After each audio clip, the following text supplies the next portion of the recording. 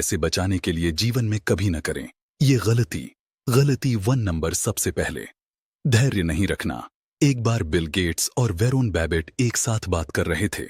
तब Bill Gates ने Veyron बैबेट से पूछा कि आपका निवेश का तरीका इतना सरल है कि आप अच्छी कीमत पर निवेश करते हैं और बस इंतजार करते हैं। आप धैर्य के इतने सरल दर्शन से इतने अमीर बन गए हैं, तो दूसरे लोग ऐसा क्यों नहीं कर सके? तो जवाब में बफेट कहते हैं कि कोई भी धीरे धीरे अमीर नहीं बनना चाहता। आज की दुनिया में कोई भी धीरे धीरे अमीर नहीं बनना चाहता।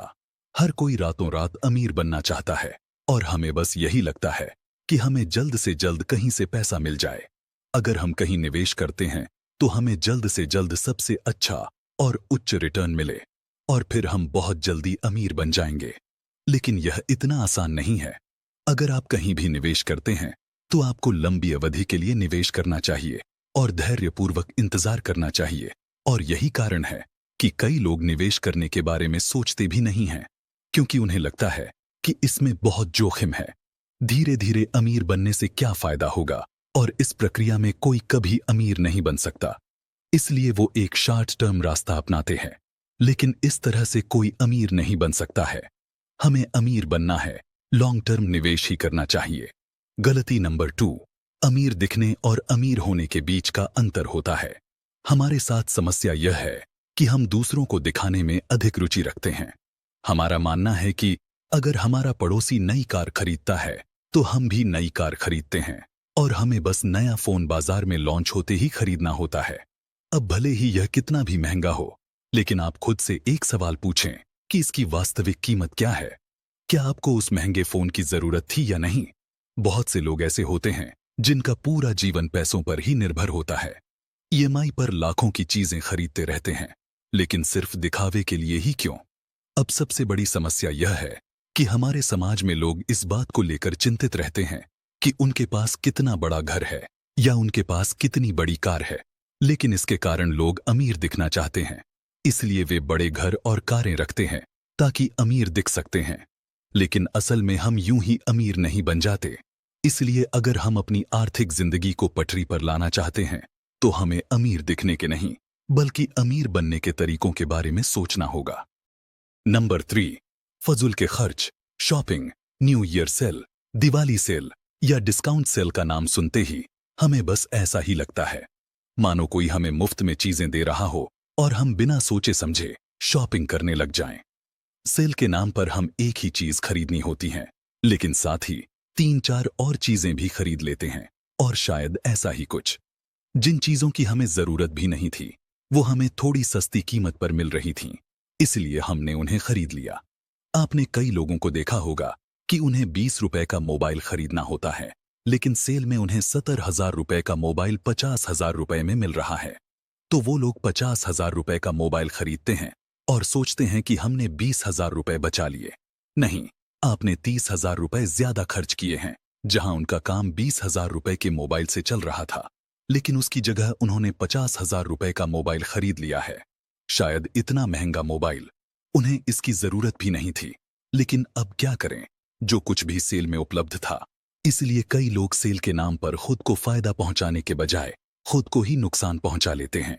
बेहतर होगा कि सेल का इंतजार न करें और जरूरत पड़ने पर ही कुछ खरीदें। नंबर 4, नोट बनाने की संपत्ति। कई लोगों को यह गलतफहमी होती है कि जो चीजें हम खरीदते हैं वह हमारी संपत्ति है, क्योंकि ऐसा लगता है कि भाई हमने इसके लिए पैसे दिए हैं, इसलिए यह हमारी संपत्ति है।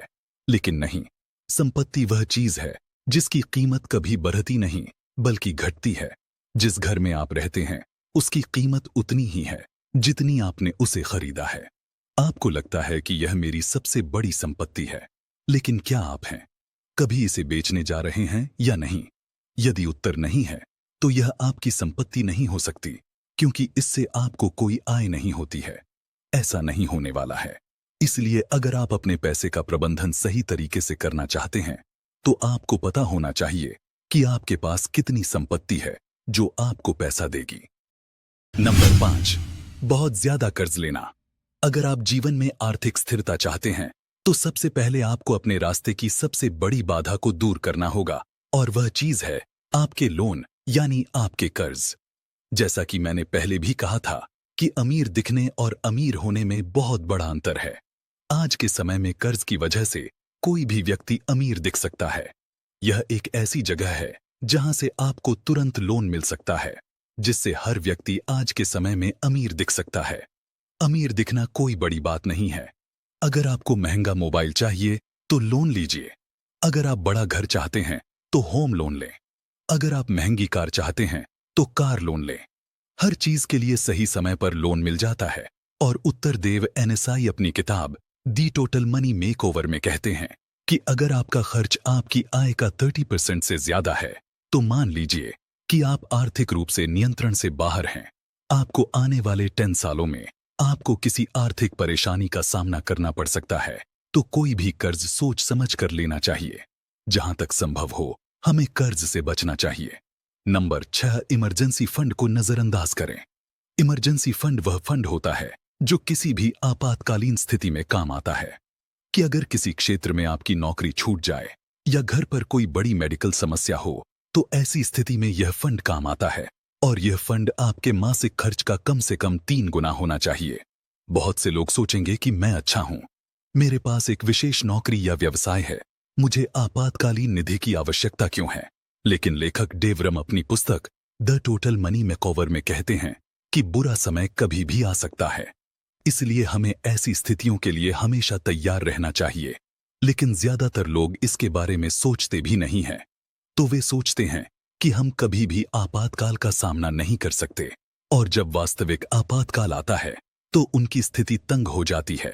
लेकिन यहां हमें ध्यान देना होगा कि आपातकालीन निधि एकत्र करने के बाद इसको नया मोबाइल खरीदा और फिर दोस्तों के साथ पार्टी करने के लिए आपको अपना आपातकालीन फंड इस तरह खर्च नहीं करना चाहिए।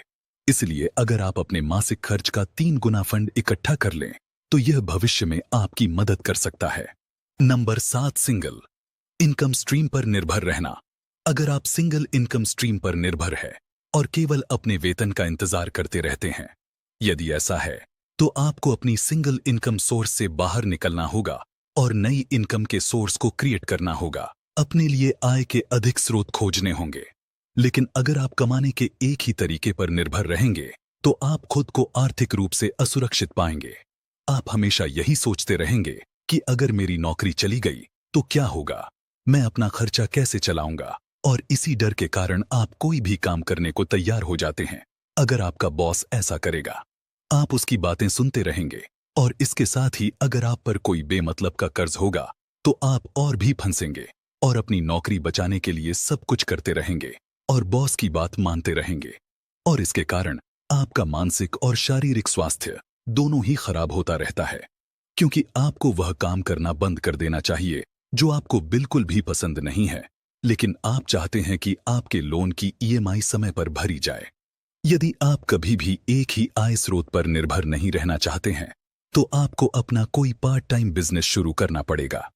तो दोस्तों, ये थी पैसों से जुड़ी वो 7 गलतियां जो हर व्यक्ति अपने जीवन में कभी न कभी करता है, और कुछ लोग इन गलतियों से सीखते हैं जबकि कुछ लोग वही गलतियां बार बार करते हैं।